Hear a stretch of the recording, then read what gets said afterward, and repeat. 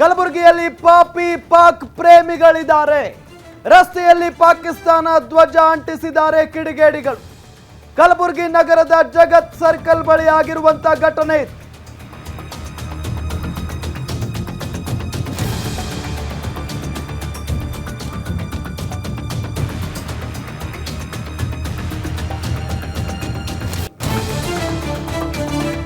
ಪಾಕ್ ಧ್ವಜ ಅಂಟಿಸಿದ್ರಲ್ಲ, ಅದನ್ನ ಪೊಲೀಸರು ತೆಗಿತಾ ಇದ್ದಾರೆ. ಪಾಕ್ ಧ್ವಜ ಅಂಟಿಸಿದವರಿಗೆ ಪೊಲೀಸರು ಹುಡುಕಾಡ್ತಾ ಇದ್ದಾರೆ. ಈಗ ಕಲಬುರಗಿಯಲ್ಲಿ ಪಾಪಿ ಪಾಕ್ ಪ್ರೇಮಿಗಳಿದ್ದಾರೆ.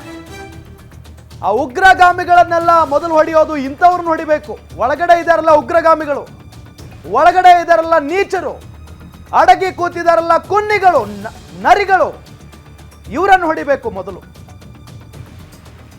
ಆ ಉಗ್ರಗಾಮಿಗಳು ದೇಶದ ಹೊರಗಡೆ ಅಥವಾ ಬೇರೆ ಬೇರೆ ಎಲ್ಲೋ ಈ ರೀತಿಯಾದಂತಹ ಕಚಡ ಕೆಲಸಗಳನ್ನ ಮಾಡ್ತಾ ಇದ್ರೆ, ನಮ್ಮ ದೇಶದ ನಮ್ಮ ರಾಜ್ಯದ ಒಳಗಡೆ ಇದ್ಕೊಂಡು ಇಂಥ ನೀಚ ಕೆಲಸವನ್ನ ಮಾಡೋರು ಕೂಡ ಇದ್ದಾರೆ. ಪಾಕ್ ಧ್ವಜವನ್ನ ಅಂಟಿಸ್ತಾರಂತೆ ನೋಡಿ ನಾಲಾಯಕರು. ಈಗ ಪೊಲೀಸರು ಹುಡುಕಾಡ್ತಾ ಇದ್ದಾರೆ ಅವ್ರಿಗೋಸ್ಕರ. ಕಲಬುರಗಿಯಲ್ಲಿ ಆಗಿರುವಂತಹ ಘಟನೆ ಇದು. ಎಸ್, ನಿಮಗೆ ದೃಶ್ಯದಲ್ಲಿ ನಾವು ತೋರಿಸ್ತಾ ಇದ್ದೀವಿ. ರಸ್ತೆಯ ಮೇಲೆ ನೋಡಿ, ಪ್ರತಿನಿತ್ಯ ಏನು ಓಡಾಡ್ತಾರಲ್ಲ ಅದೇ ರಸ್ತೆಯ ಮೇಲೆ ಪಾಕ್ ಧ್ವಜಗಳನ್ನ ಅಂಟಿಸಿರೋದು. ಅಂದ್ರೆ ಎಷ್ಟು ಅವರಿಗೆ ಪಾಕಿಸ್ತಾನದ ಮೇಲೆ ಅಭಿಮಾನ ಇರಬೇಕು ನೋಡಿ, ಎಷ್ಟು ಅಭಿಮಾನ ಇರಬೇಕು ಈ ಕುನ್ನಿಗಳಿಗೆ, ನರಿಗಳಿಗೆ. ಇಲ್ಲಿನ ಅನ್ನ ತಿಂದು, ಇಲ್ಲಿನ ನೀರು ಕುಡಿದು, ಇಲ್ಲೇ ಬದುಕಿ ಇಲ್ಲೇ ಸತ್ರು ಪಾಕಿಸ್ತಾನದ ಮೇಲೆ ಮಾತ್ರ ಬಹಳ ಪ್ರೀತಿ ಕೆಲವರಿಗೆ. ಏನು ಅಲ್ಲಿ ಹೋಗ್ಬಿಟ್ರೆ ಇವ್ರನ್ನ ರಾಜರ ರೀತಿ ನೋಡ್ಕೊಂಡ್ಬಿಡ್ತಾರೇನೋ. ಅಲ್ಲಿ ಹೋಗ್ಬಿಟ್ರೆ ಇವರನ್ನು ನಾಯಿಗಳ ತರ ಹೊಡೆದಾಕ್ತಾರೆ. ಅಂಥವ್ರ ಮೇಲೆ ಇವ್ರಿಗೆ ಅಭಿಮಾನ ಬೇರೆ. ಯಾರು ಅಂಟಿಸಿದ್ದಾರೆ, ಯಾರು ಈ ರೀತಿಯಾದಂಥ ಕೃತ್ಯದಲ್ಲಿ ಭಾಗಿಯಾಗಿದ್ದಾರೆ, ಅವರನ್ನ ಮಾತ್ರ ಸುಮ್ಮನೆ ಬಿಡಬಾರ್ದು. ಕಳೆದ 3-4 ದಿನಗಳಿಂದ ಭಾರತದಲ್ಲಿ ಕಣ್ಣೀರಿನ ಕೋಡಿ ಹರಿತಾ ಇದೆ. ಬಿಕಾಸ್ ನಮ್ಮ 27 ಜನರನ್ನ ಕಳೆದುಕೊಂಡು ಆ ನೋವನ್ನೇ ಇನ್ನು ಮರೆಯೋದಕ್ಕೆ ಸಾಧ್ಯ ಆಗ್ತಾ ಇಲ್ಲ. ಅಂಥದ್ರಲ್ಲಿ ಪಾಕಿಸ್ತಾನದ ಧ್ವಜವನ್ನ ಅಂಟಿಸ್ತಾರೆ ಕ್ರಿಮಿಗಳು. ಇಂಥವರನ್ನ ಮಾತ್ರ ಸುಮ್ಮನೆ ಬಿಡಬಾರದು. ರಾತ್ರೋರಾತ್ರಿ ಯಾರು ಇಲ್ಲದ ಸಂದರ್ಭದಲ್ಲಿ ಈ ರೀತಿಯಾಗಿ ಮಾಡಿ ಹೋಗಿದ್ದಾರೆ ಅನ್ನೋದು ಗೊತ್ತಾಗ್ತಾ ಇದೆ. ಯಾವುದೇ ಕಾರಣಕ್ಕೂ ಇಂಥವ್ರನ್ನ ಸುಮ್ಮನೆ ಬಿಡಬಾರ್ದು. ದೇಶದ ಹೊರಗಿರುವ ದೇಶದ್ರೋಹಿಗಳ ಮೊದಲು ದೇಶದ ಒಳಗಿರುವಂತ ಇಂಥ ದೇಶದ್ರೋಹಿಗಳನ್ನ ಮಟ್ಟ ಹಾಕಬೇಕು. ಎಂಜಲು ನಾಯಿಗಳನ್ನ ಮಟ್ಟ ಹಾಕಬೇಕು. ಇಲ್ಲೇ ಇದ್ದು ಭಾರತದ್ದೇ ಅನ್ನ ತಿಂದು, ಭಾರತದ್ದೇ ನೀರು ಕುಡಿದು, ಭಾರತದಲ್ಲಿ ಸೇಫ್ ಆಗಿದ್ಕೊಂಡು ಭಾರತಕ್ಕೆ ಅನ್ಯಾಯ ಮಾಡುವಂತ ಕೆಲಸ ಮಾಡ್ತಾರಲ್ಲ ನೀಚರು. ನೋಡಿ, ಅಲ್ಲಿ ಕಲಬುರಗಿಯ ಮುಖ್ಯವಾದಂತ ಒಂದು ಸರ್ಕಲ್, ಅದು ಜಗತ್ ಸರ್ಕಲ್ ಅಂತ ಹೇಳಿ ಕರೀತಾರೆ. ಆ ಸರ್ಕಲ್ ಅನ್ನ ಜಗತ್ ವೃತ್ತ ಅಂತ ಕರೀತಾರೆ. ಬಹಳ ಜನ ಓಡಾಡುವಂತ ಒಂದು ವೃತ್ತ ಅದು. ಹಲವಾರು ರಸ್ತೆಗಳು ಬರ್ತವೆ ಅಲ್ಲಿ.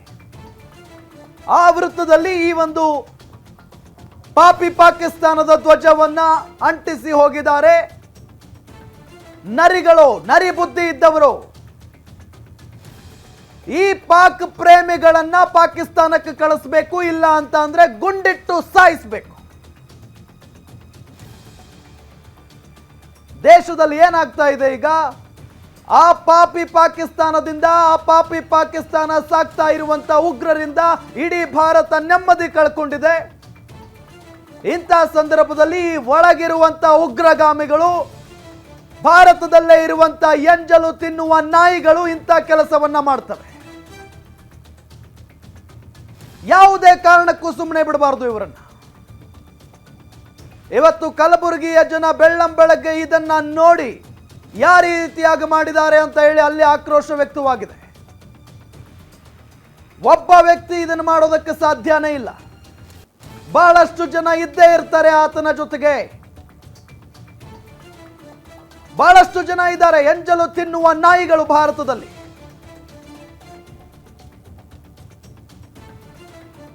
ಪಾಪಿ ದೇಶಕ್ಕೆ ಸಪೋರ್ಟ್ ಮಾಡೋದಾದ್ರೆ ಅಲ್ಲಿಗೆ ಹೋಗಿ ಸಪೋರ್ಟ್ ಮಾಡಿ. ಯಾಕೆ ಭಾರತದಲ್ಲಿರ್ಬೇಕು ನೀವೆಲ್ಲ?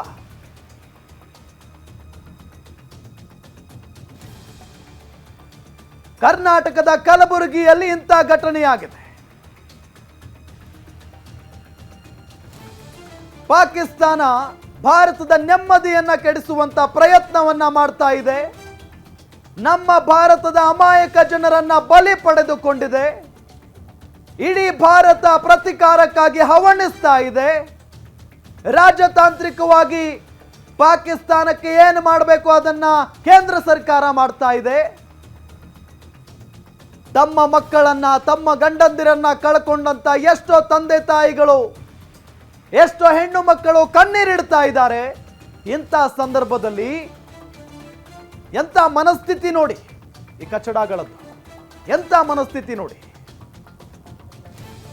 ಪಾಕಿಸ್ತಾನದ ಧ್ವಜವನ್ನ ನಮ್ಮ ದೇಶದ ಒಂದು ರಸ್ತೆಯಲ್ಲಿ ಅಂಟಿಸ್ತಾರೆ. ಅಷ್ಟೊಂದು ಅಭಿಮಾನ ಅವರಿಗೆ ಪಾಕಿಸ್ತಾನ ಅಂತ ಅಂದ್ರೆ. ಅಷ್ಟೊಂದು ಅಭಿಮಾನ ಇದ್ರೆ ಪಾಕಿಸ್ತಾನಕ್ಕೆ ಹೋಗಿ ಬದುಕಲಿ ನೋಡೋಣ. ಇಂಥ ನರಿಗಳನ್ನ, ಇಂಥ ನಾಯಿಗಳನ್ನ ಪಾಕಿಸ್ತಾನದವರು ಇಟ್ಕೊಳ್ಳಲ್ಲ. ನೀವಿದ್ದಂಥ ದೇಶಕ್ಕೆ ನೀವು ನಿಯತ್ತಾಗಿಲ್ಲ, ಇನ್ನು ನಮ್ಮ ಪಾಕಿಸ್ತಾನಕ್ಕೆ ಬಂದ್ರೆ ನೀವು ನಿಯತ್ತಾಗಿರ್ತೀರಾ ಅಂತ ಅಲ್ಲೇ ಹೊಡೆದಾಕ್ತಾರೆ ಬಾರ್ಡರ್ನಲ್ಲೇ ಇಂಥ ಕಚಡಗಳನ್ನ. ಈಗ ಪೊಲೀಸ್ನವರು ಯಾರು ಅಂಟಿಸಿದ್ದಾರೆ, ಯಾವಾಗ ಅಂಟಿಸಿದ್ದಾರೆ, ಎಲ್ಲದರ ಬಗ್ಗೆಯೂ ಕೂಡ ತನಿಖೆಯನ್ನ ಕೈಗೊಂಡಿದ್ದಾರೆ. ರಸ್ತೆಯಲ್ಲಿ ಅಂಟಿಸಿದ್ದಂತ ಪಾಕ್ ಧ್ವಜಗಳನ್ನ ಕಿತ್ತು ಹಾಕ್ತಾ ಇದ್ದಾರೆ ಪೊಲೀಸ್ನವರು ಅನ್ನೋದು ಗೊತ್ತಾಗ್ತಾ ಇದೆ. ಸಿಗ್ತಾರೆ, ಎಲ್ಲಿ ಹೋಗ್ತಾರೆ, ಸಿಕ್ಕೇ ಸಿಗ್ತಾರೆ. ಜಗತ್ ವೃತ್ತ ಅದು, ಅಲ್ಲಿ ಸಿಸಿ ಕ್ಯಾಮ್ರಾಗಳಿದಾವೆ, ಸುಮ್ಮನೆ ಅಲ್ಲ. ಕಲಬುರಗಿಯ ಪ್ರಮುಖವಾದಂತ ವೃತ್ತ ಅದು. ಪ್ರತಿನಿತ್ಯ ಸಾವಿರಾರು ಜನ ಓಡಾಡ್ತಾ ಇರ್ತಾರೆ. ಆ ವೃತ್ತದ ಅಕ್ಕ ಪಕ್ಕ ಎಲ್ಲ ರಸ್ತೆಗಳೆಲ್ಲ ಏನಿದಾವಲ್ಲ ಅಲ್ಲೆಲ್ಲ ಆಟೋದವರು ನಿಂತ್ಕೊಂಡಿರ್ತಾರೆ. CCTV ಕಣ್ಗಾವಲಿದೆ ಅಲ್ಲಿ. ರಾತ್ರಿ ಆದ್ರೂ ಅಷ್ಟೇ, ಬೆಳಗ್ಗೆ ಆದ್ರೂ ಅಷ್ಟೇ, 24x7 ಕೆಲಸ ಮಾಡ್ತಾ ಇರುತ್ತೆ CCTV. ಯಾರು ಆ ಕ್ರಿಮಿನಲ್ಗಳು ಅನ್ನೋದನ್ನ ಪತ್ತೆ ಹಚ್ಚುತ್ತಾರೆ ನಮ್ಮ ಪೊಲೀಸರು, ಅದರಲ್ಲಿ ಯಾವುದೇ ಡೌಟ್ ಇಲ್ಲ. ಸಿಕ್ಕ ನಂತರ ಇದೆಯಲ್ಲ, ಸಿಕ್ಕ ನಂತರ ಮಾತ್ರ ನರ ಕಟ್ ಮಾಡಬೇಕು ಹೊರತು. ಇನ್ನೊಮ್ಮೆ ಪಾಕಿಸ್ತಾನ ಅನ್ನೋ ಹೆಸರನ್ನ ನೆನಪು ಮಾಡಿಕೊಳ್ಳೋದಕ್ಕೂ ಭಯ ಆಗಬೇಕು ಈ ನರಿ ಬುದ್ಧಿಯವರಿಗೆ.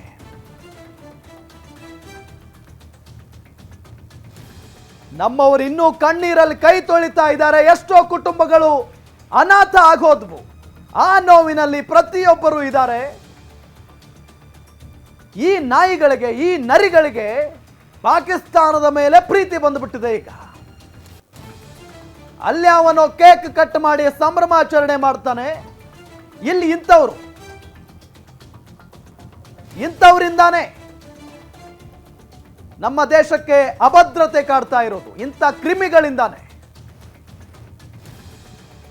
ಅಲ್ಲಿ ನಮ್ಮ ಲಕ್ಷಾಂತರ ಯೋಧರು ನಮಗೋಸ್ಕರ ಸಾಯೋದಕ್ಕೆ ಸಿದ್ಧರಾಗಿರ್ತಾರೆ ಪಾಪ, ನಮಗೋಸ್ಕರ, ನಮ್ಮ ರಕ್ಷಣೆಗೋಸ್ಕರ. ಆದ್ರೆ ಒಳಗಡೆ ಇರುವಂತ ಇಂಥ ನರಿಗಳನ್ನ, ಇಂಥ ಕ್ರಿಮಿಗಳನ್ನ ಹೊಡೆಯೋದು ಯಾವಾಗ? ಈ ಕೆಲಸ ಆಗಬೇಕು ಬಹಳ ಪ್ರಮುಖವಾಗಿ. ಮೊದಲು ಒಳಗಡೆ ಇರುವಂತ ಈ ನೀಚರನ್ನ ಹೊಡೆದಾಗಲೇ ಭಾರತ ಸುರಕ್ಷಿತವಾಗಿರೋದಕ್ಕೆ ಸಾಧ್ಯ. ಪಾಕಿಸ್ತಾನದ ಮೇಲೆ ಏಕಾಏಕಿ ಪ್ರೀತಿ ಬಂದುಬಿಟ್ಟಿದೆ ಇವರಿಗೆ. ಎಸ್, ಗಮನಿಸ್ತಾ ಇದ್ದೀವಿ. ಈಗಾಗಲೇ ಇದರ ಬಗ್ಗೆ ಎಷ್ಟು ದೊಡ್ಡ ಮಟ್ಟದಲ್ಲಿ ಚರ್ಚೆ ಆಗ್ತಾ ಇದೆ. ಚರ್ಚೆ ಹೋಗಲ್ರಿ. ಪಾಪ ತಮ್ಮ ಮಕ್ಕಳನ್ನ, ಒಂದು ತಾಯಿ ಮಗನನ್ನ ಕಳ್ಕೊಂಡಿದೆ, ಒಂದು ಮಹಿಳೆ ತಮ್ಮ ಗಂಡನನ್ನ ಕಳ್ಕೊಂಡಿದೆ, ಒಂದು ಮಗ ತನ್ನ ತಂದೆಯನ್ನ ಕಳ್ಕೊಂಡಿದೆ. ಎಲ್ಲರೂ ಅಳ್ತಾ ಇದ್ದಾರ್ರಿ, ಗೋಳಾಡ್ತಾ ಇದ್ದಾರೆ. ಎಸ್, ಹಿಂದೂಪರ ಹೋರಾಟಗಾರ ಭಾಸ್ಕರನ್ ಅವರು ನಮ್ಮ ಜೊತೆಗೆ ಸಂಪರ್ಕದಲ್ಲಿದ್ದಾರೆ. ಸರ್ ನಮಸ್ಕಾರ. ನಮಸ್ಕಾರ ಸರ್, ಈ ವಿಚಾರ ನಿಮ್ಮ ಗಮನಕ್ಕೆ ಬಂತು ಅಂತ ಅನ್ಕೊಳ್ತೀನಿ. ಏನ್ ಹೇಳ್ತೀರಿ ಸರ್ ಮೊದಲಿಗೆ? ನೋಡಿ, ನಮ್ಮ ದೇಶದ ಊಟವನ್ನ ತಿಂದು ನಮ್ಮ ದೇಶದಲ್ಲಿ ವಾಸ ಮಾಡಿ ಪಕ್ಕದ ಶತ್ರು ರಾಷ್ಟ್ರ ಪಾಕಿಸ್ತಾನಕ್ಕೆ ಜೈಕಾರ ಹಾಕೋದು, ಅವರ ಧ್ವಜಗಳನ್ನ ಈ ರೀತಿ ಶೋ ಆಫ್ ಮಾಡೋದಿದೆಯಲ್ಲ, ಅದು ಅತ್ಯಂತ ದೇಶದ್ರೋಹದ ಕೆಲಸ. ಅದು ಈ ರೀತಿ ಮಾಡಿದವ್ರಿಗೆ ಕಂಡಿಡಿದು ಫಸ್ಟ್ ದೇಶದಿಂದ ಉಚ್ಚಾಟನೆ ಮಾಡಬೇಕು. ಇಲ್ಲಾಂದ್ರೆ ಶಾಂತ ರೀತಿಯಲ್ಲಿ ಬದುಕಂತಹ ಮುಸಲ್ಮಾನರಿಗೂ ಮತ್ತು ಶಾಂತ ರೀತಿಯಿಂದ ಬದುಕೋ ಹಿಂದೂಗಳಿಗೂ ಇವರು ಜಗಳ ತಂದಿಟ್ಟು ಬಹಳ ದೊಡ್ಡದಾದಂತಹ ಒಂದು ಶಿಕ್ಷೆಯನ್ನ ದೇಶಕ್ಕೆ ಕೊಡ್ತಾರೆ ಇವರು. ಸರ್, ದೇಶದ ಹೊರಗಿರುವಂತ ದೇಶದ್ರೋಹಿಗಳಿಗಿಂತ ದೇಶದ ಒಳಗಿರುವಂತ ಇಂಥ ಕ್ರಿಮಿಗಳನ್ನ ಮೊದಲು ಹೊಡೆದಾಕ್ಬೇಕು ಸರ್. ಖಂಡಿತವಾಗ್ಲೂ ಅವ್ರನ್ನೆಲ್ಲ ಎಲಿಮಿನೇಟ್ ಮಾಡಲೇಬೇಕು. ಇದರಲ್ಲಿ ಎರಡನೇ ಮಾತಿಲ್ಲ. ಮೊದಲನೇದಾಗಿ ಸರ್ಕಾರ ಇದ್ರ ಬಗ್ಗೆ ಕೂಲಂಕುಷವಾಗಿ ತನಿಖೆ ಮಾಡಬೇಕು, ಮುತುವರ್ಜಿ ವಹಿಸಿ ಯಾರು ಈ ದೇಶದ್ರೋಹದ ಕೆಲಸವನ್ನ ಮಾಡಿದ್ದಾರೆ ಅವ್ರನ್ನೆಲ್ಲ ಹಿಡಿದು ಕಟ್ಟುನಿಟ್ಟಿನ ಕಾನೂನಿನ ವ್ಯಾಪ್ತಿಗೆ ತರಬೇಕು. ಅವ್ರು ಮಾಡಿದಂತಹ ಏನು ಈ ದುಷ್ಕೃತ್ಯ ಇದೆಯಲ್ಲ ಅದು ಸಾಬೀತಾದ್ರೆ ಅವರನ್ನ ದೇಶದಿಂದಾನೇ ಉಚ್ಚಾಟನೆ ಮಾಡಬೇಕು. ಇಲ್ಲ ಅಂದ್ರೆ ನಡು ರಸ್ತೆಯಲ್ಲಿ ನಿಲ್ಲಿಸಿ ಎನ್ಕೌಂಟರ್ ಮಾಡಬೇಕು ಅನ್ನೋದು ನನ್ನ ನೇರವಾದಂತ ಅಭಿಪ್ರಾಯ. ಸರ್, ಎಂತ ನೀಚ ಮನಸ್ಥಿತಿ ಅಂತ ಅನ್ಸುತ್ತೆ ಅಲ್ವಾ? ಯಾಕೆ ಅಂತ ಹೇಳಿದ್ರೆ ಇಡೀ ಭಾರತ ಒಂದು ರೀತಿಯಾಗಿ ಏನಪ್ಪ ಹಿಂಗಾಗೋಯ್ತಲ್ಲ ಅಂತ ಹೇಳಿ ಗೋಳಾಡ್ತಾ ಇದೆ. ಇಂಥ ಸಂದರ್ಭದಲ್ಲಿ ಇವ್ರಿಗೆ ಇಂಥದ್ದೆಲ್ಲ ಹೆಂಗ್ ಸರ್ ತಲೆಗೆ ಬರುತ್ತೆ ಈ ಕಚಡಗಳಿಗೆ? ಅಲ್ಲ, ಅವರು ಇದನ್ನ ಈಗೇನು ಹೊಸದಾಗಿ ಏನು ಮಾಡ್ತಿಲ್ಲ. ಈ ರೀತಿಯಾದಂತ ಒಂದು ಗುಂಪು ಮದ್ರಸಾ ಟೈಪ್ ಆಫ್ ಎಜುಕೇಶನ್ ತಗೊಂಡವರು ನಿರಂತರವಾಗಿ ಈ ತರ ಕೆಲಸಗಳನ್ನ ಮಾಡ್ಕೊಂಡೇ ಬರ್ತಿದ್ದಾರೆ. ಅದು ಸರ್ಕಾರಕ್ಕೆ ಮತ್ತು ಪೊಲೀಸ್ ಇಲಾಖೆಗೆ ಗೊತ್ತಿದ್ರು ಸಹ ಅವರು ಬಾಂಧವರ ಪರಾನೇ ನಿಂತಿರ್ತಾರೆ. ಇದು ಇದೇ ರೀತಿಯಾಗಿ ಪ್ರಪಂಚ ಇರೋ ತನಕ ಮುಂದುವರಿಯುತ್ತೆ. ಇವ್ರ ಮೇಲೆ ಕಟ್ಟುನಿಟ್ಟಿನ ಕ್ರಮ ಎಲ್ಲಿ ತನಕ ಆಗಲ್ಲ ಅಲ್ಲಿ ತನಕ ಇದೇ ರೀತಿಯಾದಂತ ದುಷ್ಕೃತ್ಯಗಳನ್ನ, ದೇಶದ್ರೋಹದ ಕೆಲಸಗಳನ್ನ, ರಾಷ್ಟ್ರದ್ರೋಹದ ಕೆಲಸಗಳನ್ನ ಇವರು ಮಾಡ್ತಾನೆ ಇರ್ತಾರೆ. ಇದಕ್ಕೆ ಕಡಿವಾಣ ಹಾಕದಿದ್ರೆ ಗೊತ್ತಿದ್ದು ಸೈಲೆಂಟ್ ಆಗಿರ್ತಾರೆ ಅಂತ ಅಂದ್ರೆ ಏನ್ ಸಾಧಿಸಕ್ ಹೊರಟಿದ್ದಾರೆ ಸರ್ ನಮ್ಮ ರಾಜಕಾರಣಿಗಳು? ಆ ಪಕ್ಷ ಈ ಪಕ್ಷ ಅಂತ ಮಾತಾಡಲ್ಲ ನಾನು. ನಿಜ, ಸಾಧಿಸಕ್ ಹೊರಟಿದ್ದಾರೆ ಇವರೆಲ್ಲ. ಅಲ್ಲ ನೋಡಿ, ನಮ್ಮ ರಾಜಕಾರಣಿಗಳಿಗೆ ದೇಶದ ಸುಭದ್ರತೆ ಮತ್ತು ದೇಶದಲ್ಲಿ ಶಾಂತಿ ಸುವ್ಯವಸ್ಥೆ ಇದನ್ನ ಕಾಪಾಡೋದ್ರ ಬದಲಾಗಿ ಅವ್ರಿಗೆ ಮತ ಬ್ಯಾಂಕ್ನ ಚಿಂತನೆ ಆಗಿರೋದ್ರಿಂದ ಅವರು ಅದ್ರ ನಿಟ್ಟಿನಲ್ಲೇ ಕೆಲಸ ಮಾಡ್ತಾರೆ. ಯಾರು ಈ ರೀತಿ ದೇಶದ್ರೋಹದ ಕೆಲಸಗಳನ್ನ ಮಾಡ್ತಾರೆ ಅವ್ರನ್ನ ಕಾನೂನಿನ ವ್ಯಾಪ್ತಿಗೆ ತಗೊಂಡ್ಬಂದು ಸರಿಯಾಗಿ ಶಿಕ್ಷೆ ಕೊಡಲ್ಲ. ಒಂದು ಸಾರಿ ಅವ್ರಿಗೆ ಸರಿಯಾದ ಶಿಕ್ಷೆಯನ್ನ ಕೊಟ್ರೆ ಅದನ್ನ ನೋಡಂತಹ ಸಮಾಜದಲ್ಲಿ ಬೇರೆಯವರು ಬುದ್ಧಿ ಕಲಿತಾರೆ. ಅದೇ ಇಂಥ ಘಟನೆಗಳಾದಾಗ ಅಲ್ಲಿ ಅವಳು ಒಬ್ಳು ಪಾಕಿಸ್ತಾನಕ್ಕೆ ಜೈ ಅಂತ ಹೇಳಿ ಜೈಕಾರ ಕೂಗ್ತಾಳೆ, ಮತ್ತೊಬ್ಬ ಕೇಕ್ ಕಟ್ ಮಾಡಿ ಸಂಭ್ರಮಾಚರಣೆ ಮಾಡ್ತಾನೆ. ಇಂಥ ನಾವು ಇಂಥ ಕಡೆ ಬದುಕ್ತಾ ಇದೀವಲ್ಲ ಅಂತ ನಮಗೆ ಒಂಥರ ಬಹಳ ಮುಜುಗರ ಆಗ್ತಾ ಇದೆ ಸರ್. ಅಲ್ಲ, ನೀವ್ ಹೇಳೋದು ಭಾವನೆ ಸರಿ ಇದೆ, ನನ್ನ ಭಾವನೆನೂ ಅದೇನೆ. ನಾನು ಮೊದಲಿಂದ ಹೇಳ್ತಾ ಇದ್ದೀನಿ, ಪದೇ ಪದೇ ಹೇಳ್ತಾ ಇದ್ದೀನಿ, ಸಣ್ಣ ಪುಟ್ಟ ಘಟನೆಗಳು, ಜಗಳಗಳು, ವ್ಯಾಜ್ಯಗಳು ಅದು ಇರ್ಲಿ, ಅದು ಕಾನೂನು ವ್ಯಾಪ್ತಿಗೆ ಬರುತ್ತೆ. ಆದ್ರೆ ಈ ರೀತಿಯಾಗಿ ಒಂದು ಶತ್ರು ರಾಷ್ಟ್ರದ ಧ್ವಜವನ್ನ ಅವರು ಶೋ ಆಫ್ ಮಾಡಿರೋದು ದೇಶದ ವಿರುದ್ಧನೇ ಅವರು ಯುದ್ಧವನ್ನ ಸಾರಿದ್ದಕ್ಕೆ ಸಮ ಅಂತ ಹೇಳಿ ನಾನು ಅನ್ಕೊಂಡಿದ್ದೀನಿ. ದೇಶದ ವಿರುದ್ಧನೇ ಅವರು ಸಮರವನ್ನ ಸಾರಿದ್ದಾರೆ. ಇವ್ರನ್ನೆಲ್ಲರನ್ನು ಕಂಡಿಡಿದು ಎಲಿಮಿನೇಟ್ ಮಾಡದಿದ್ರೆ ಮುಂದಕ್ಕೆ ಈ ದೇಶ ರಿಪೇರಿ ಮಾಡಕ್ ಆಗದಿರೋ ಸ್ಥಿತಿಗೆ ಹೋಗುತ್ತೆ. This nation will go to the dogs. ಅದೇ ಇದಕ್ಕೆಲ್ಲ ಸರ್ಕಾರನೇ ಕೊನೆಗೆ ಅನಿಸ್ಬೇಕು ಅಂತೀರಿ ನೀವು? ನೋಡಿ, ನನ್ಗೆ ರಾಜಕಾರಣಿಗಳ ಮೇಲೆ, ಈ ಸರ್ಕಾರಗಳ ಮೇಲೆ ನಂಬಿಕೆ ಇಲ್ಲ. ಯಾಕಂದ್ರೆ ಈ ದೇಶದಲ್ಲಿ ಮುಸಲ್ಮಾನರು ಇಸ್ಲಾಮನ್ನ ಫಾಲೋ ಮಾಡಬೇಕು, ಕ್ರಿಶ್ಚಿಯನ್ಸ್ ಕ್ರಿಶ್ಚಿಯಾನಿಟಿಯನ್ನ ಫಾಲೋ ಮಾಡಬೇಕು. ಆದ್ರೆ ಹಿಂದೂಗಳು ಮಾತ್ರ ಅವರು ಸೆಕ್ಯುಲರಿಸಮ್ ಅನ್ನ ಫಾಲೋ ಮಾಡಬೇಕು. ಇದು ನಿಜ. ಸರಿ, ಅದೇ ಹಿಂದೂಗಳೇನಾದ್ರೂ ಬೇರೆ ರೀತಿಯಾಗಿ ಮಾತನಾಡ್ಬಿಟ್ರೆ ಅದು ಬೇರೆ ರೀತಿಯಲ್ಲೇ ಆಗ್ಬಿಡುತ್ತೆ. ಅಂದ್ರೆ ಈಗ ರಾಜ್ಯದಲ್ಲಿ ಕಾಂಗ್ರೆಸ್ ಸರ್ಕಾರ ಇದೆ, ಈಗ ಈ ವಿಚಾರಕ್ಕೆ ಸಂಬಂಧಪಟ್ಟಂತೆ ಆಕ್ಷನ್ ತೆಗೆದುಕೊಳ್ತಾರೆ ಅಂತ ಅನ್ಕೊಳ್ತೀರಾ? ಓಕೆ ಭಾಸ್ಕರನ್ ಅವರ ಫೋನ್ ಕಟ್ ಆಗಿದೆ. Thank you Bhaskaran sir, guarantee news ಜೊತೆಗೆ ಮಾತನಾಡಿದ್ದಕ್ಕಾಗಿ. ಒಂದು ಕಡೆಗೆ ಬೇರೆ ಬೇರೆ ರೀತಿಯಾದಂಥ ಹೇಳಿಕೆಗಳು ಹೊರಗಡೆ ಬರ್ತಾ ಇದ್ದಾವೆ. ವಾದ್ರಾ ಅವರು ಹೇಳ್ತಾರೆ, ಪ್ರಿಯಾಂಕಾ ಗಾಂಧಿ ಅವರ ಗಂಡ ವಾದ್ರಾ ಹಿಂದುತ್ವ ಅನ್ನೋ ಸಲುವಾಗಿನೇ ಉಗ್ರಗಾಮಿಗಳು ಈ ರೀತಿಯಾಗಿ ಮಾಡಿದ್ದಾರೆ ಅಂತ ಹೇಳಿ. ಏನ್ ಹೇಳೋದು ಇಂಥವ್ರಿಗೆ? ಹಿಂದುತ್ವ ಅಂತ ಭಾರತದಲ್ಲಿ ಅಂತೀವಿ, ಇನ್ನೇನೋ ಮಾಡ್ತೀವಿ, ಅದು ನಮ್ಮ ಜಗಳ, ನಮ್ಮ ದೇಶ.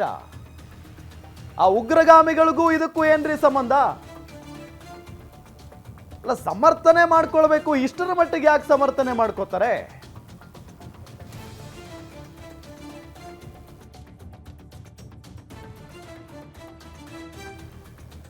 ಎಸ್, ಇದ್ರ ಬಗ್ಗೆ ಮಾತನಾಡೋಕೆ ಡಾಕ್ಟರ್ ಗಿರಿಧರ್ ಉಪಾಧ್ಯಾಯ ಅವರಿದ್ದಾರೆ, RSS ಮುಖಂಡರು. ಸರ್ ನಮಸ್ಕಾರ. ನಮಸ್ಕಾರ. ಸರ್, ಕಲಬುರಗಿಯ ಜಗತ್ ಸರ್ಕಲ್ ಏನಿದೆಯಲ್ಲ, ಅಲ್ಲಿ ಪಾಕಿಸ್ತಾನದ ಧ್ವಜವನ್ನ ಅಂಟಿಸಿದ್ದಾರೆ ಸರ್ ಪಾಪಿಗಳು. ಮೊದಲಿಗೆ ಏನು ಹೇಳ್ತೀರಿ ಇದ್ರ ಬಗ್ಗೆ ನೀವು? ನೋಡಿ, ಈ ಹಿಂದೆ ನಮ್ಮ ಆರ್ಮಿ ಚೀಫ್ ಒಬ್ರು ಯಾರು ಹೆಲಿಕಾಪ್ಟರ್ ದುರಂತದಲ್ಲಿ ತೀರ್ಕೊಂಡ್ರು, ಅವರು ಒಂದು ಮಾತು ಹೇಳ್ತಾ ಇದ್ರು.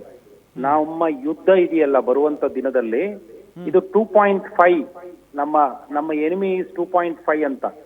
ಎರಡು ಎನಿಮಿ ಯಾರು ಅಂತ ನಮ್ಗೆ ಗೊತ್ತಿದೆ, ಒಂದು ಚೈನಾ, ಇನ್ನೊಂದು ಪಾಕಿಸ್ತಾನ ಅನ್ನತಕ್ಕಂಥದ್ದು. ಈ 0.5 ಯಾರು ಗೊತ್ತಾ? ಈ ದೇಶದಲ್ಲಿ ಇಟ್ಕೊಂಡು, ಈ ದೇಶದ ಅನ್ನ ತಿನ್ಕೊಂಡು, ಈ ದೇಶದ ವಿರುದ್ಧನೇ ಹೊಂಚು ಹಾಕ್ತಾ ಸದಾಕಾಲ ಪಾಕಿಸ್ತಾನ ಜಪ ಮಾಡ್ತಕ್ಕಂಥ ಜಿಹಾದಿಗಳು. ಧ್ವಜ ಹಾರಿಸಿದಂತ ಜಿಹಾದಿಗಳಿಗೂ ಆ ಭಯೋತ್ಪಾದಕರು ಯಾರು 26 ಜನ ಕೊಂದ್ರು ಅವರಿಗೂ ಏನು ವ್ಯತ್ಯಾಸ ಇಲ್ಲ. ಯಾಕಂದ್ರೆ ಇಬ್ಬರ ಮಾನಸಿಕ ಸ್ಥಿತಿ ಒಂದೇ. ಮಾನಸಿಕ ಸ್ಥಿತಿ ಏನು ಅಂತ ಹೇಳಿದ್ರೆ, ದೇಶ ಮತ್ತು ಧರ್ಮ ಬಂದಾಗ ಧರ್ಮದ ಬಗ್ಗೆ, ತಮ್ಮ ಮತದ ಬಗ್ಗೆ, ಧರ್ಮ ಕೂಡ ಅಲ್ಲ, ಮತದ ಅಂಧಾಭಿಮಾನ ಅಂತವರು ಈ ದೇಶದಲ್ಲಿ ಯಾರು ನಾಳೆ ದಿನ ಮೋದಿ ಅವರು ಅಲ್ಲಿ ಗುಂಡಿಟ್ಟು ಹೊಡಿತಾರೋ, ಹಾಗೆ ಇನ್ನು ದೇಶದೊಳಗೆ ಕೂಡ ಹಿಂದೂಗಳ ಅಂತವ್ರ ಬಗ್ಗೆ ಜಾಗೃತರಾಗಿರ್ಬೇಕು. ಅಂತ ಅವ್ರ ಬಗ್ಗೆ ಜಾಗೃತದಿಂದ ಇದ್ರೆ ಮಾತ್ರ ಈ ಸಮಾಜ ಸದೃಢವಾಗಿ ಉಳಿಯುತ್ತೆ, ಭಾರತವಾಗಿ ಉಳಿಯುತ್ತೆ. ಸರ್, ನೀವು ಹೇಳಿದ ಹಾಗೆ ಇದು ಇವತ್ತು ನಿನ್ನೆಯಿಂದ ನಡೀತಾ ಇಲ್ಲ. ಈ ದೇಶದ್ರೋಹಿಗಳು ಹೊರಗಡೆ ಎಷ್ಟು ಜನ ಇದ್ದಾರೋ, ನಮ್ಮ ಒಳಗಡೆ ಕೂಡ ಅಂತ ಕುತಂತ್ರ ಬುದ್ಧಿಯ ನರಿಗಳು ಕೂಡ ಅಷ್ಟೇ ಜನ ಇದ್ದಾರೆ. ಇಂಥವರ ವಿರುದ್ಧ ಮೊದಲಿನಿಂದ ಏನು ಪಾಕಿಸ್ತಾನಕ್ಕೆ ಜೈ ಅಂದಿದ್ಲಲ್ಲ, ಅಂತವಳ ವಿರುದ್ಧ ಕ್ರಮ ಆಗ್ಬಿಟ್ಟಿದೆ. ಬಿಗಿ ಕ್ರಮ ಆಗ್ಬಿಟ್ಟಿದ್ರೆ ಇಂಥ ಕುನ್ನಿಗಳೆಲ್ಲ ಮಲ್ಕೊಂಡ್ ಬಿಡ್ತಾ ಇದ್ರು ಎಲ್ಲೋ ಹೋಗಿ. ಹೌದು, ಆದ್ರೆ ಅಂತವ್ರ ವಿರುದ್ಧ ಕ್ರಮ ಯಾಕೆ ಆಗೋದಿಲ್ಲ ಅಂತ ಹೇಳಿದ್ರೆ, ತುಷ್ಟೀಕರಣದ ರಾಜಕೀಯನೇ ನಡೀತಾ ಇರೋದ್ರಿಂದ ಆಗ್ತಾ ಇಲ್ಲ. ನಾವು 80% ಇದ್ರೂ ಕೂಡ ಮೊನ್ನೆ ನಡೆದ ಜನಗಣತಿ ಇದರಲ್ಲಿ ನಾವು ಎಷ್ಟು % ಆದ್ವಿ? 10%, 2%, 3% ಜಾತಿಯ ಆಧಾರದ ಮೇಲೆ ನಮ್ಮನ್ನು ಹೊಡೆದು ಬಿಟ್ರು. ಯಾರು ಈ ದೇಶದಲ್ಲಿ ಅಲ್ಪಸಂಖ್ಯಾತರು ಅಂತ ಕರ್ಸ್ಕೋತಾರೋ ಅವರೇ ಹೆಚ್ಚು ಸಂಖ್ಯೆಯಲ್ಲಿ ಇರೋ ತರ ತೋರಿಸಿದ್ದಾರೆ. ಕಾರಣ ಏನಂದ್ರೆ, ನಮ್ಮಲ್ಲಿ ಇರ್ತಕ್ಕಂಥ ನ್ಯೂನತೆಗಳು. ನಾವು ಸದಾಕಾಲ ನಾವು ಹಿಂದೂ, ಮನೆಯೊಳಗೆ ನಿಮ್ ಜಾತಿ ಇಟ್ಕೊಳ್ಳಿ, ಮನೆಯೊಳಗೆ ನೀವ್ ಏನ್ ಮಾಡ್ಬೇಕು ಅದನ್ನ ಮಾಡಿ, ಹೊರಗಡೆ ಬಂದಾಗ ನೀವು ಹಿಂದೂ ಆಗಿ, ಭಾರತೀಯರಾಗಿ, ಆವಾಗ ಇಂಥ ವಿಚಿತ್ರಕಾರಿ ಶಕ್ತಿಗಳ ವಿರುದ್ಧ ಹೋರಾಟ ಮಾಡ್ಬೋದು. ನಾವು ಹೊರಗಡೆ ಬಂದ್ಬಿಟ್ಟು ನಾನು ಕುರುಬ, ನಾನು ಬ್ರಾಹ್ಮಣ, ನಾನು ಇಂಥವನು, ನಾನು ಅಂಥವನು ಅಂತ ಹೇಳಿ ನಾವು ಜಗಳ ಆಡ್ತಾ ಇದೀವಲ್ಲ, ಆದ್ರಿಂದಾನೇ ಇಂಥ ದೇಶ ವಿರೋಧಿ ಶಕ್ತಿಗಳಿಗೆ ಎಲ್ಲೋ ಶಕ್ತಿ ಸಿಗ್ತಾ ಇದೆ. ಅದು ಕಲಬುರ್ಗಿ ಅಂತ ಜಾಗದಲ್ಲಿ ಅಲ್ಲಿರ್ತಕ್ಕಂಥ ಎಲ್ಲಕ್ಕಿಂತ ದುರಂತ ಏನು ಅಂದ್ರೆ, ಆ ಕಲಬುರ್ಗಿ MP MLA ಯಾರಿದಾರೋ, MP ಯಾರಾಗಿದಾರೋ ಅವ್ರ ಮನೆಯವ್ರನ್ನ ರಜಾಕರ್ ಕೊಂದಿದ್ರು. ಆ ರಜಾಕರ್ ಕೊಂದಿದ್ರು ಕೂಡ ಅದೇ ಮುಸಲ್ಮಾನರಿಗೆ ತಲೆ ಬಾಕ್ತಾರೆ. ಯಾಕಂದ್ರೆ ಇಲೆಕ್ಷನ್ ಅಲ್ಲಿ ಗೆಲ್ಬೇಕು, ಕೋಟ್ಯಾಂತರ ರೂಪಾಯಿ ಹೊಡಿಬೇಕು, ದೇಶ ನಾಶ ಮಾಡಬೇಕು ಅಂತಕ್ಕಂಥ ನಾಯಕರು ಎಲ್ಲಿವರೆಗೆ ಇರ್ತಾರೋ ಅಲ್ಲಿವರೆಗೆ ಇಂಥವ್ರಿಗೆ ನಾವು ಇಂಥವ್ರಿಂದ ಇಂಥ ದುಷ್ಕೃತ್ಯಗಳನ್ನ ನೋಡ್ತಾ ಇರಲೇಬೇಕಾಗತ್ತೆ.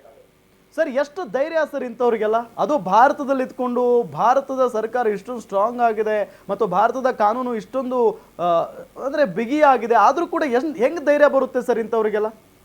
ನಾನು ಹೇಳದ್ನಲ್ಲ, ಧೈರ್ಯ ಬರೋದು ಒಂದೇ ಕಾರಣದಿಂದ, ಈ ದೇಶದಲ್ಲಿರ್ತಕ್ಕಂತ ನಮ್ಮನ್ನ ಆಳುವ ಕೆಲವು ಜನರು ನಮ್ಮ ಓಟಿಗೋಸ್ಕರ ಏನು ಬೇಕಾದ್ರೂ ಮಾಡೋಕ್ ತಯಾರಿದ್ದಾರೆ, ಕಣ್ಣು ಮುಚ್ಕೊಂಡು ಕೂತಿರ್ತಾರೆ ಅನ್ನತಕ್ಕಂಥದ್ದು ಈ ದುಷ್ಕೃತ್ಯ ಮಾಡುವಂತ ದೇಶದ್ರೋಹಿಗಳಿಗೆ ಗೊತ್ತಿದೆ. ಏನು ಈ ಹೆಚ್ಚಂದ್ರೆ ಒಂದಿನ ನಮ್ಮನ್ನ ಒಳಗ್ ಹಾಕ್ಬೋದು, ಆಮೇಲೆ ಇವರೇ ನಮ್ಮನ್ನ ಬಂದು ಬಿಡಿಸ್ಕೊಂಡು ಹೋಗ್ತಾರೆ. ಯಾಕಂದ್ರೆ ನಾವಿಲ್ಲದೆ ಇವರು ಬದುಕೋಕ್ ಆಗೋದಿಲ್ಲ ಅನ್ನೋದು ಗೊತ್ತಿದೆ. ಆದ್ರಿಂದ ಧೈರ್ಯವಾಗಿ ಮಾಡ್ತಾ ಇದ್ದಾರೆ. ಅದೇ ನೀವು ಬೇರೆ ದೇಶದಲ್ಲಿ ನೋಡಿ, ಚೈನಾ ಅಂತ ದೇಶದಲ್ಲಿ ಈ ರೀತಿಯಾದಂತ ಏನಾದ್ರು ದುಷ್ಕೃತ್ಯ ಮಾಡಿದ್ರೆ, ಅಲ್ಲಿ ಯೂಗೈರ್ ಅಂತ ಒಂದು ಜನಾಂಗ ಇದೆ. ಯೂಗೈರ್ ಕ್ಷೇತ್ರದಲ್ಲಿ ಅಲ್ಲಿರ್ತಕ್ಕಂತೆಲ್ಲ ಮುಸಲ್ಮಾನರು ರಂಜಾನ್ ಸಮಯದಲ್ಲಿ ಅವ್ರನ್ನ ಫೋರ್ಸ್ ಮಾಡಿ ಊಟ ಮಾಡಿಸ್ತಾರೆ, ಉಪವಾಸ ಮಾಡಕ್ಕೂ ಬಿಡೋದಿಲ್ಲ. ಅದು ಮಾತ್ರ ಅಲ್ಲ, ಅವ್ರು ನಮಾಜ್ಗೆ ಹೋಗ್ಬೇಕಾದ್ರೆ ಒಬ್ರೊಬ್ರೆ ಹೋಗ್ಬೇಕು, ಗುಂಪಲ್ಲಿ ಹೋಗ್ಬಾರ್ದು ಅಂತ ಕಾನೂನಿದೆ ಅಲ್ಲಿ. ಚೈನಾ ಒಂದು ಕಮ್ಯುನಿಸ್ಟ್ ರಾಷ್ಟ್ರ. ಯಾಕಂದ್ರೆ ಅವ್ರಿಗೆ ಗೊತ್ತಿದೆ ಇಂಥ ಜಿಹಾದಿಗಳಿಂದಾನೇ ದೇಶಕ್ಕೆ ಗಂಡಾಂತರ ಅಂತ ಹೇಳಿ ಅವ್ರನ್ನ ಎಲ್ಲಿಡ್ಬೇಕು ಅಲ್ಲಿಟ್ಟಿದ್ದಾರೆ ಅವರು. ಚೈನಾ ಪಾಕಿಸ್ತಾನಕ್ಕೆ ಸಪೋರ್ಟ್ ಮಾಡುತ್ತಂತೆ, ಆದ್ರೆ ನಂಬಲ್ಲ. ಚೀನಾ ಪಾಕಿಸ್ತಾನಕ್ಕೆ ಸಪೋರ್ಟ್ ಮಾಡುತ್ತೆ, ಆದ್ರೆ ಅವ್ರನ್ನ ನಂಬಲ್ಲ ಅವರು. ಎಸ್ ಗಿರಿಧರ್ ಸರ್, ಧ್ವನಿ ಕೇಳಿಸ್ತಾ ಇದೆಯಾ? ಓಕೆ, ಸಂಪರ್ಕ ಕಡಿತಗೊಂಡಿದೆ.